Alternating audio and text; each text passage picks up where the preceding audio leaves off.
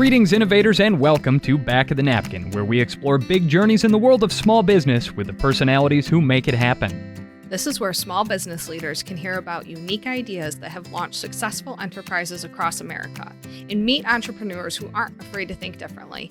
And it's brought to you by SurePayroll, where small business is their business. I'm Stephanie Davis from the SurePayroll team. And I'm Dusty Weiss, a small business owner from the Midwest, and I have been getting fired up day in and day out to do this episode. Steph, how do you feel about food? Dusty, love it. I am one of those live to eat people, not eat to live. I'm always baffled by the people who say that they forgot to eat that day, because I pretty much have the whole day planned by breakfast. What are your thoughts? Any favorite cuisines? Well, Steph, are you familiar with the term gourmand? You know that one? No. Webster's defines gourmand as a person who enjoys eating and often eats too much. And hey, that's me. I'm the poster child. The older I get, the more that I realize that life is a buffet, and I just want to try every dish that's on the table. And that's why today's episode is so cool, because we're going to be talking to a restaurateur who serves a style of cuisine that a lot of people, including me until about 5 years ago, are not too familiar with. But before we dive into the episode, we would love it if you took a moment and subscribed to Back of the Napkin in your favorite podcast app. New episodes are coming out every couple of weeks or so, and so we want them to pop up in the top of your podcast feed, but you've got to hit that subscribe button to make it happen. And if you enjoy the show, how about a 5-star rating? Or even leave us a review to tell us what you liked, and you might just be helping another entrepreneur like you find the bolt of inspiration they needed. All right. Now back to food. Oh my goodness, yes. It's always fun to talk about a city that has a great restaurant scene. And I gotta say that Chicago has a selection of amazing restaurants, and it's where I really learned how wonderful brunch could be. I could dine along the Riverwalk every night. It was just great. Dusty, you're nearby in Milwaukee. Do you have thoughts on the Chicago food scene? Well, Steph, you know that I grew up in a small town where if you wanted to eat out, you had 3 options: the supper club, the pizza place, or the Chinese buffet. And so living in Milwaukee and having spent a lot of time around Chicago, I've got to say one of the great joys has been trying different cuisines from around the world and finding some that are just really a treat. But I'm assuming that even though you're back in New York right now, you keep bringing up the Chicago food scene. You got it. Today's guest is part of the Chicago restaurant scene. NaanSense, which, by the way, I'm obsessed with the name, is an Indian restaurant started by Hiran Patel. Hiran got his start in the Chicago restaurant industry several years ago and eventually decided he wanted his own space. NaanSense opened up nearly 8 years ago and is now seeing expansions with locations and consumer products. Hiran, thanks for joining us today. Yeah, thanks for having me, guys. Appreciate being on here today. Of course. Absolutely, it's our pleasure. As we've been saying, Chicago, of course, is known for having a pretty great restaurant scene. Can you tell us a little bit more about how you first got your start in that world? Wow.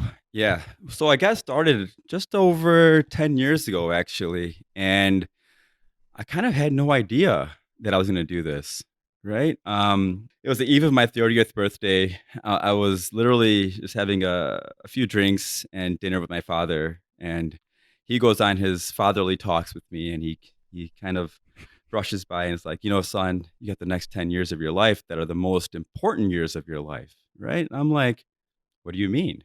I'm young. I can be young forever, right? And he's like, no, what I mean by that is, you're probably going to get married. You're probably going to have children. You got a job you're okay with right now, you're happy with, but, in your 30s, you got to find happiness and make sure you find something you love to do and just do it your best. And I'm like, I don't know what that is. And he's like, you're doing it right now. You're cooking a dinner with me. And I'm like, what do you mean? Go in the restaurant business? He's like, yeah, why don't you go cook?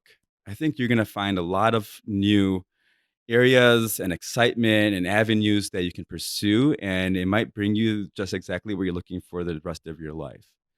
And I was like, I thought about it for a second. And then the next morning I woke up and I literally went on Craigslist and went into the job classified section. I went under hospitality, and believe it or not, the first restaurant that I popped up was modern Indian restaurant looking for a sous chef.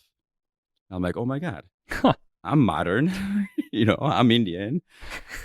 I don't know what a sous chef is. Okay.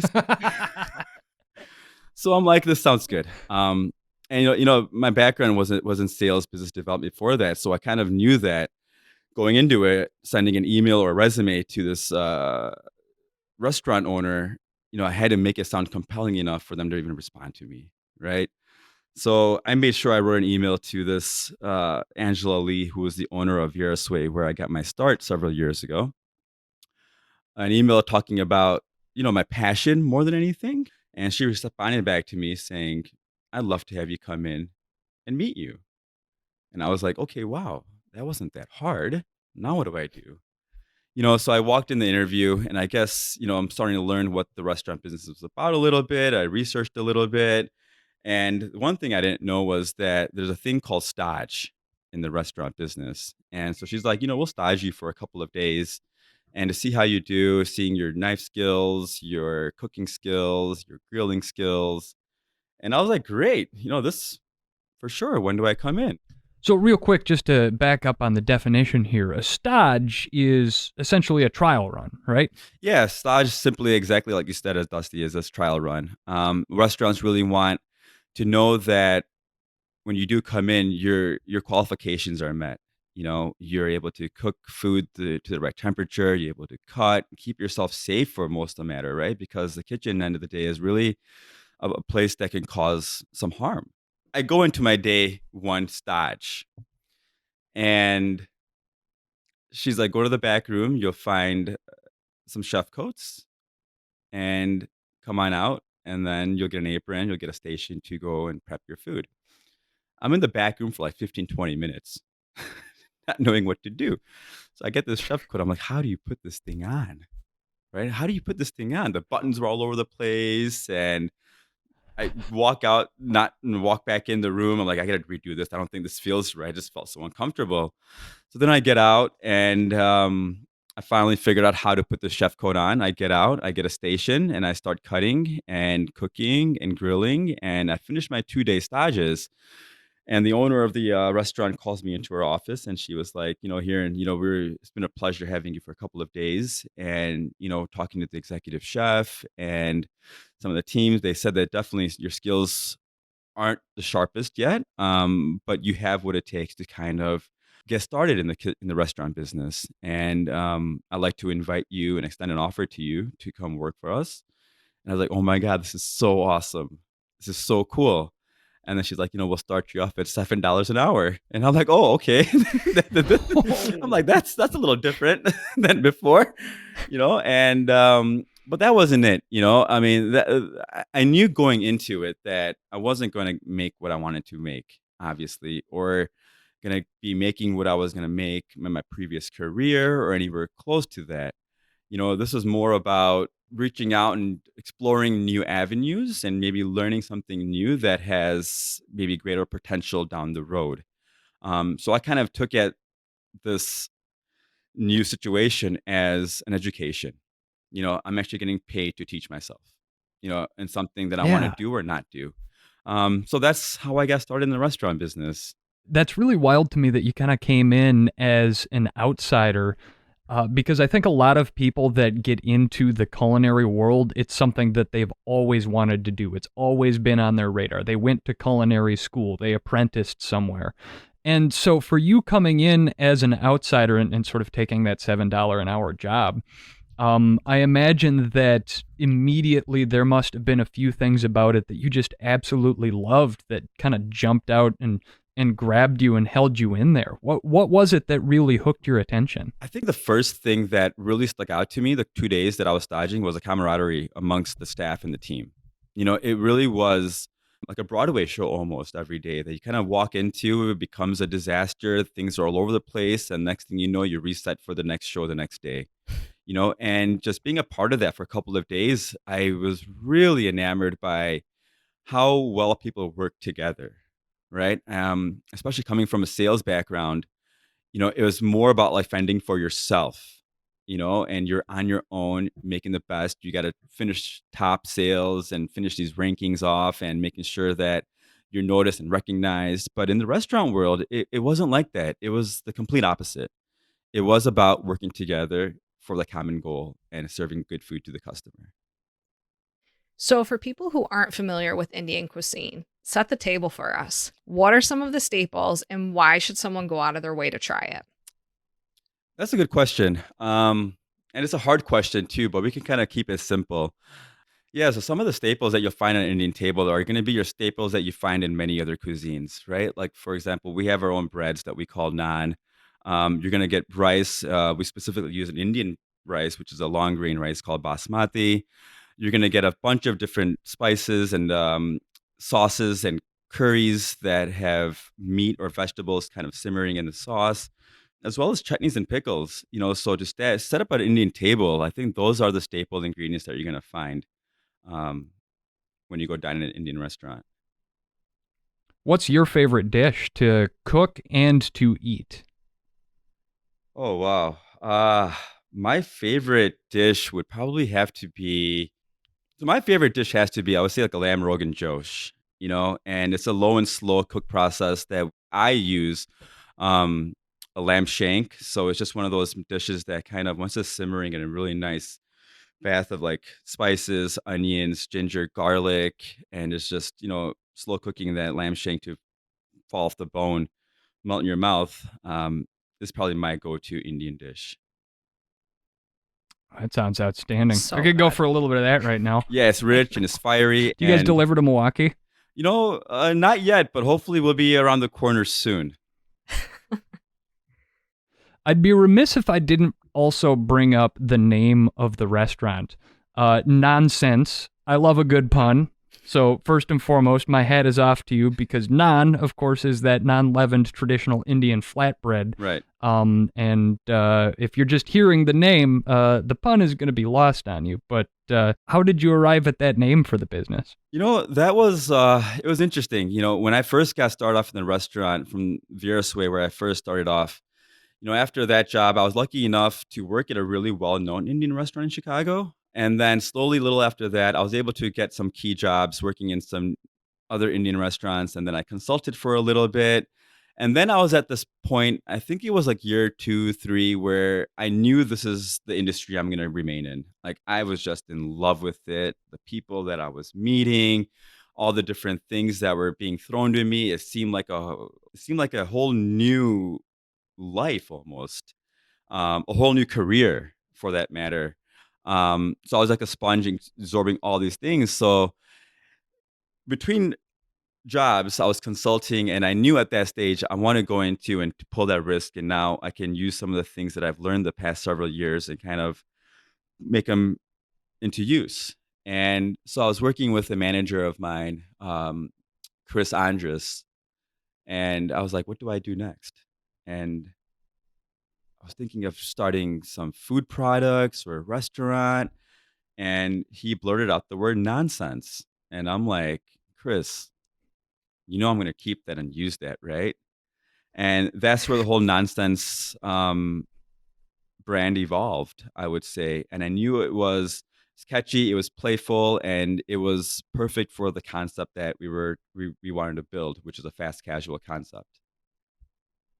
You spent a lot of time at restaurants all over Chicago. And so you got the experience to learn from a bunch of different people, work in all kinds of different restaurants. Was there anything, even with all of that experience, that caught you off guard when it came to opening your own business? Yeah, all the legal things that go along with opening a Oh, business, yeah. right? There's so many things you got to file, right? Your tax ID, your federal ID. Then you also start to incur expenses right off the bat, right? Things like accounting and all these other business services that go along with starting a business. So those are kind of the things that kind of threw me off a little bit from the several years of working under restaurant groups. Then going into opening my own restaurant is what threw me off guard was the amount of money that's actually required to start a business successfully, because there's many ways you can start a business just from not being funded properly, I would say. But having the right security financially will really allow you to take the right steps from the front onward, and kind of meet some of the challenges that you're going to face down the road. Compared to the other people that you were working with in the kitchens where you worked, How was your background outside of the culinary world positioning you in a spot where you could go and be an entrepreneur, where maybe somebody else that just went to culinary school would not have had the technical chops and the know-how to jump through those legal hoops and do the accounting and actually get a business off the ground? Yeah, I think my background was beneficial. It was like a blessing in disguise. From the beginning, from day one to being 10 years in now. I think some of the things that I picked up prior to the food business helped me pave the way because, like I said, I was in business development for several years. Talking to people, being face forward with people, engaging with people, making deals, negotiating, are all things that are probably really, really crucial tools to have in running a business because it's all about negotiating the right prices to make the bottom line work for us in the business. Believe me, I feel that as a small business owner myself here, and that is certainly not my strong suit when it comes to running a business, but I fake it until I make it. We are going to continue this conversation with Hiran in just a minute, but first we've got to take a break for the Sure Payroll Bulletin.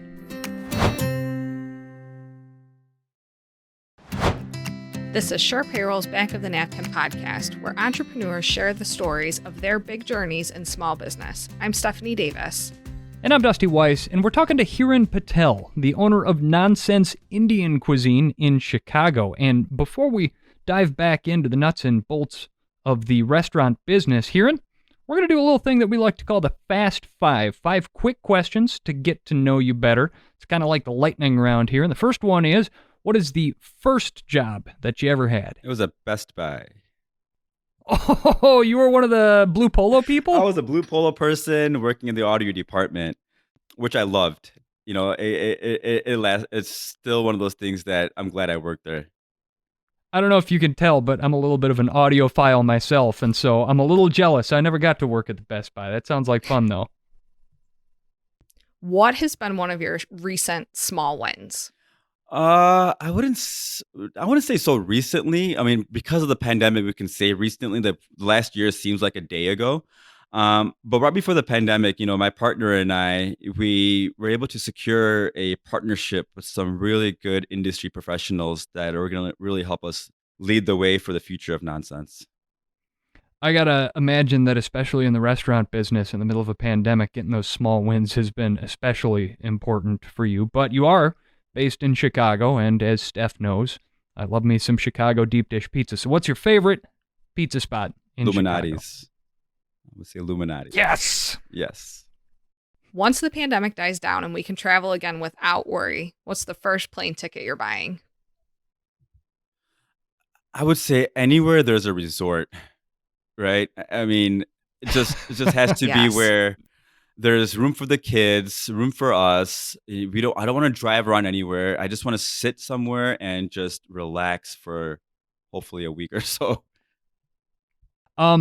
Here's a question that I've actually been doodling on because this has been a problem for me lately. What's an app that you downloaded to your phone, but you never use it, so you should probably just delete it, but you don't? Yeah, again, this goes back to a pandemic situation. I'm not sure if you all are familiar with, there was an app called House Party that was going around where you can invite up to however many friends to a room, and there were games and things you can play.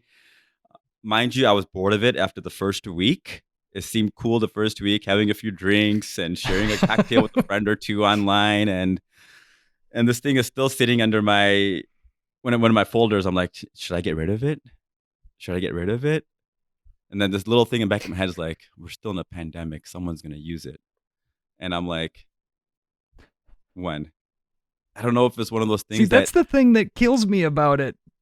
Because, it feels so final to delete an app from your phone. You can just download it again in 5 minutes. It's not like it's a big deal, but it's so hard to pull the trigger. Yeah, with there's so everything many digital, questions. right? It's hard deleting anything digitally. So I'm like, but it's like, you don't use it, but it's like, just press it. Just press it. Well, if the app doesn't bring you joy, you should delete it.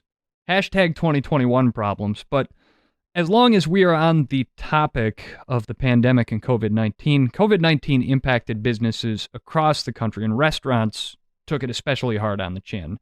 How have you gone about navigating all of that as a restaurateur? Yeah, that was this was one of the toughest challenges that we've ever faced, or I think many of us have throughout this world, right?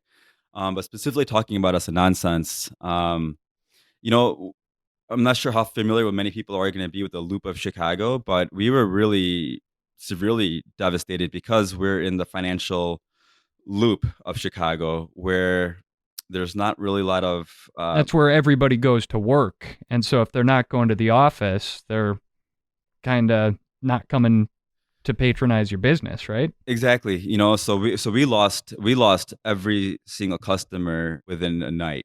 Um, so we tried a bunch of things. We tried to do those meal kits, delivery orders, and we tried many things for the first month, but we were just losing money. We weren't able to even generate a profit. Um, it's because our customers come in the city and they leave the city, and no one in Chicago really knows of us because we're not one of those community restaurants or part of like a neighborhood of Chicago. We're just a quick fix for a lot of these loop workers that come in and come out. But along the way, we did try new things, and like I said to you during the Fast Five round, was we were able to secure a really good partnership with some good industry veterans to help us grow this business. So they were obviously along the ride with us in handling all of these new challenges, and having a team of individuals that really have an intellectual perspective on how to navigate things. We decided that, hey, we've been talking about doing retail sauces and items for several years, that why don't we kind of engage those areas again now as the restaurants are closed. So we did. We spent a lot of time, developing new product lines, simmer sauces, naans, and we do see some things gaining movement for later this year to be in the marketplace. So these are actually going to be products that you can go to the grocery store and buy. And I imagine for you, going out and brokering the partnerships needed to offer your products in stores is a whole nother realm of expertise that you probably weren't familiar with. What have been sort of the pain points that you've had to overcome in finding that new venue for your products? A lot of that comes into just finding the right manufacturers and suppliers, right? One of the core messages that we've always, held true to it is everything has to be clean, right? It has to be clean label, no preservatives, and those were some of the challenges that we faced along the way, is making sure that, as you start to make a recipe from, let's say, 1 gallon to now you're making 1,000 gallon batches, there's got to be some areas of give and take, right? And there's a lot of shortcuts that you can take as well in terms of preservatives, flavors, and things like that. But one area where we remained focused and adamant was that we have to find suppliers and manufacturers that can provide us clean labels and safe products for our customers or future customers. That's all so exciting. A great way to expand the business. Right now, NaanSense has 2 locations. Are there any, plans on your radar to expand and open even more? Yeah, so from the time we spoke, Stephanie, and now we did pick up one more location. So there will be Nice. 3 locations coming soon. I won't mention the third location as it hasn't been finalized yet. I just don't want to put any bad omens on it out there until we have our signatures on there. But yeah, my goal with nonsense is to hopefully have a nonsense in every major metro market in America, right? I think that us Americans, we've really evolved a lot the past 10 years in terms of things that we seek or want to try or experience. And food is one of those things that I've seen so much change the past 10 years.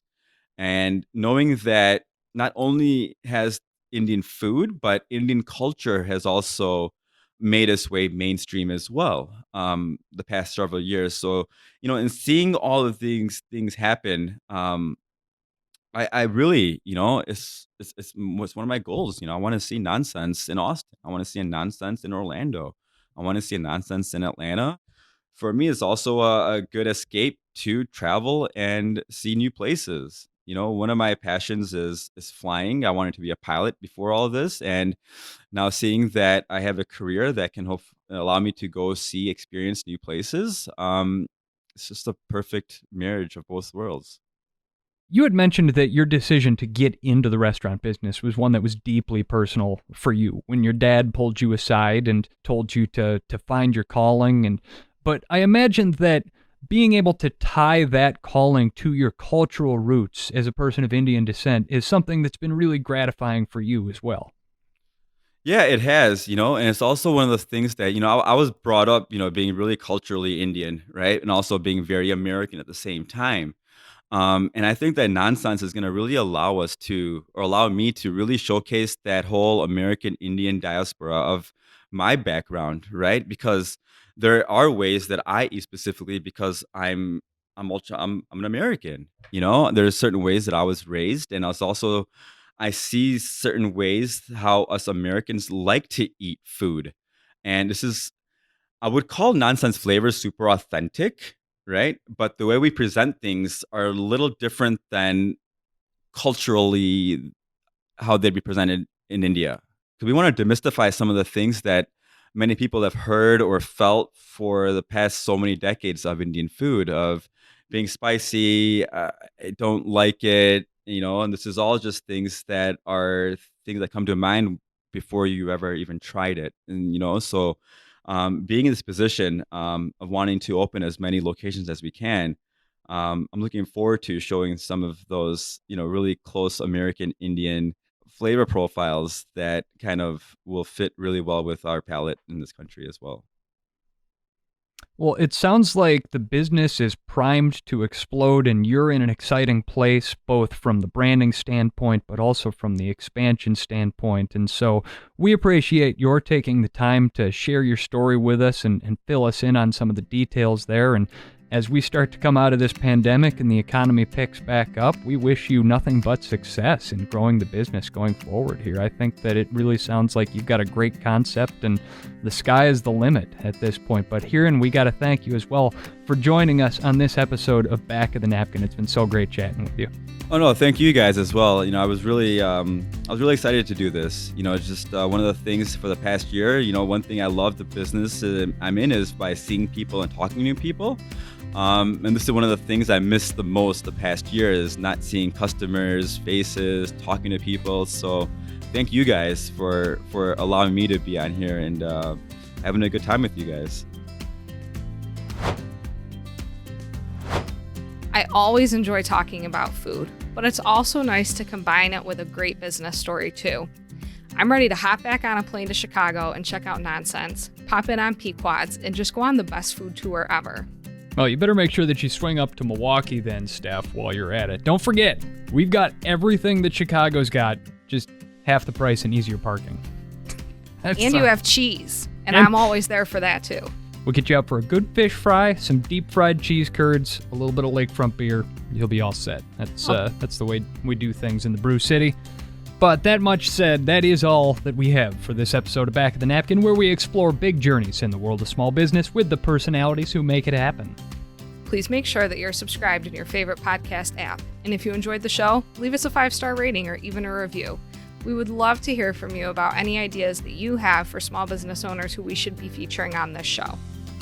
Back of the Napkin is brought to you by Sure Payroll. From easy online payroll to 401k support and award-winning customer service, Sure Payroll has been serving the payroll and business needs of small businesses for more than 20 years. Here on Back of the Napkin, I am the executive producer. Co-producers are Dave Papa and Carrie Straits, and our production partners are PodCamp Media. Where we provide branded podcast production services for businesses, our editor and producer is Larry Kilgore III. So thanks for tuning in to Back of the Napkin. I'm Dusty Weiss. And I'm Stephanie Davis.